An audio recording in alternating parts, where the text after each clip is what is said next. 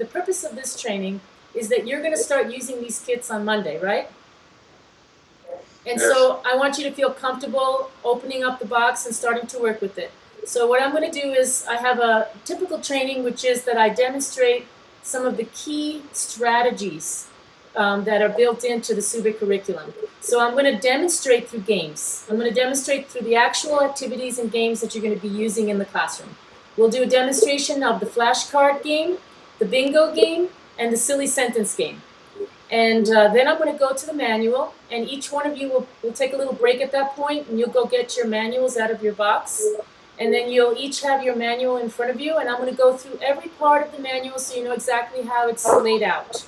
I want to try to play a game with you, which is going to be very interesting because it's going to be through a screen, and we're going to play those games together to demonstrate the scaffolding techniques that are built into the games. Oh, and one of the activities we're going to do is watch the music, and so we'll watch a little 3-minute video clip that is also included in your kit.